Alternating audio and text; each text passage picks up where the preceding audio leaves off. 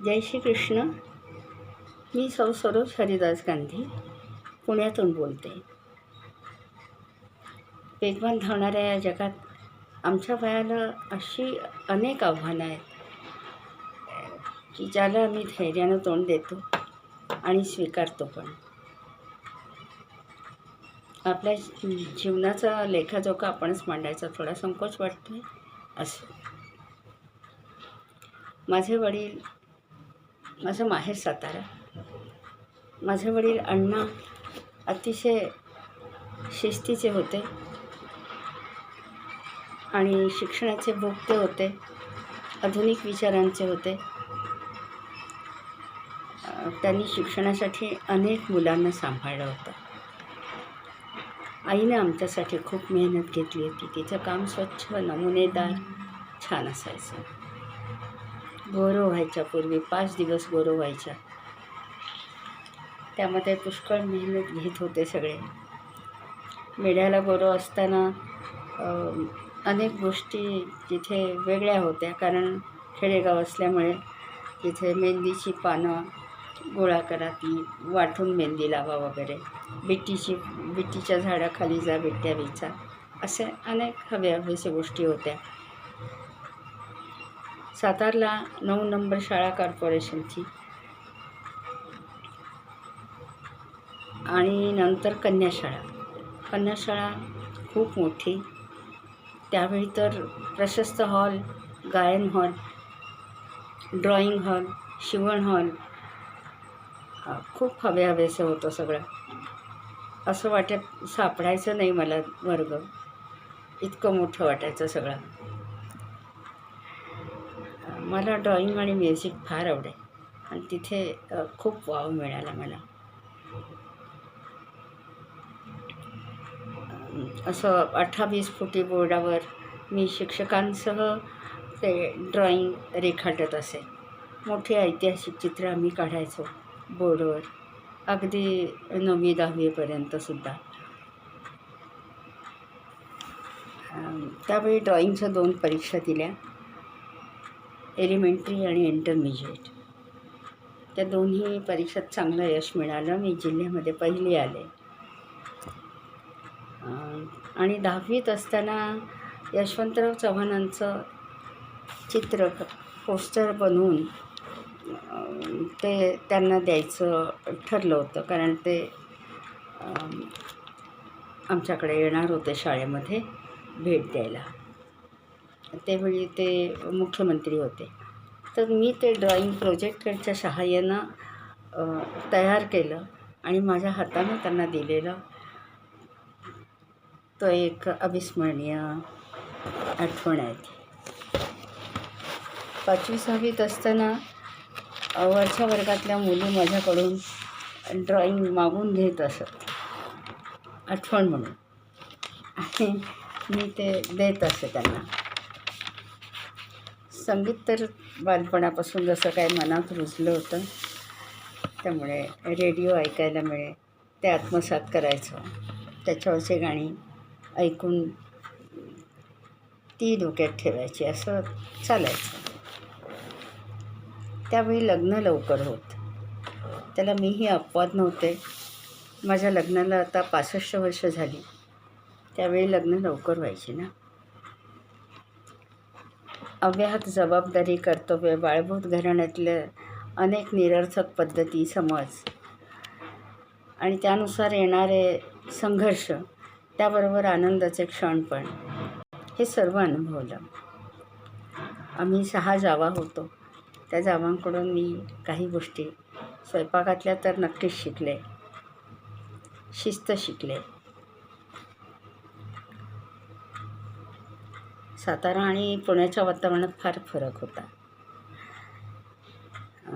त्यावेळी समाज आणि घरामध्ये असे काही चांगले वाईट प्रसंग पाहताना असं कधी डोकं चक्रावून जात असे. इतकं ते बाळभूत घराण्याला धरून काही गोष्टी होत्या. नंतर आम्ही सारसबागेजवळ राहायला गेलो. तिकडे वातावरण झपाट्याने बदलले एकंदरीत सगळ्याच दृष्टीनं. मोठे दीर परशुराम काका ॲडव्हान्स्ड विचारायचे होते. ते सगळे नवीन गोष्टींना प्राधान्य देत आणि त्या गोष्टी अंगीकारत त्याचा पाठपुरावा करत आणि माझे मिस्टर पण त्यावेळी खूप उत्साहानं त्यांना साथ देत असत. तेव्हा मी कार शिकले सारसबागेजवळ राहायला गेल्यावर. माझे फोटोग्राफी, वाचन असे काही छंद जोपासले.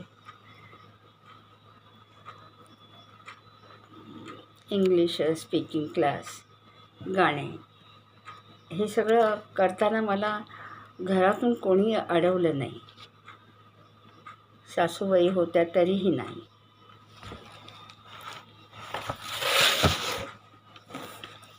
तर त्यामुळे आम्ही अनेक प्रोग्रॅम्सना, व्याख्यानाला, सिनेमाला जात असू. पण सगळ्यांचं सहकार्य होतं आणि आम्ही दोघं मिळूनही अनेक कार्यक्रमांना, व्याख्यानांना जात असू. काही कठीण प्रसंगांना पण तोंड द्यावे लागले. त्यात एक्साईज केसचा अनुभव खूप मोठा होता. मुलींची लग्न, बाळंतपणा सगळं काही पार पाडल्यावर तिघी लांब गेल्या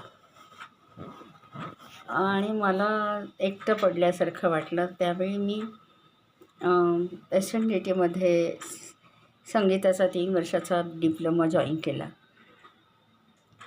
कारण तो मला एक चांगला मार्ग सापडला. त्याबरोबर गजानन वाटवे यांच्याकडे सुगम संगीतासाठी मी जात असे, अनेक वर्ष जात असे. तेव्हा गायलाही मिळाले. प्रसिद्ध गायकांशी माझा परिचय झाला आणि तो काळ माझ्यासाठी अविस्मरणीय होता. कुमुद भट आणि रवींद्र भट यांच्याकडेही मी गाण्यासाठी जात होते.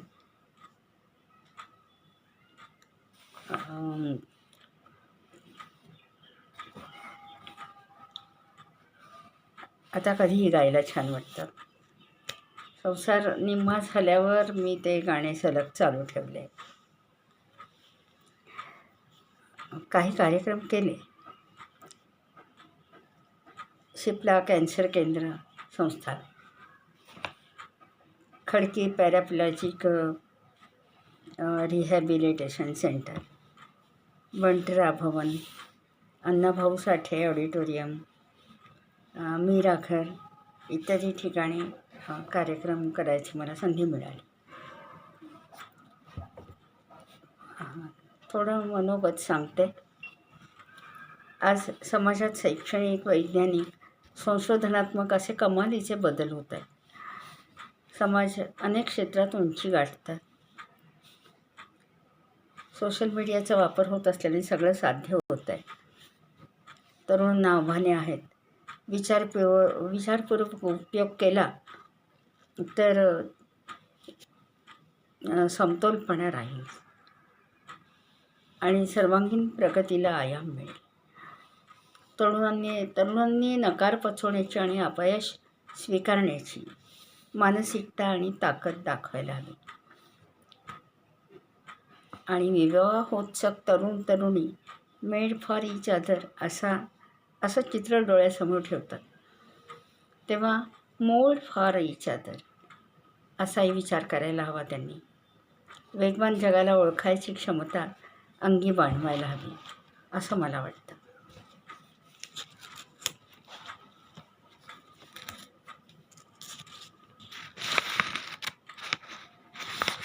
माझ्या घरात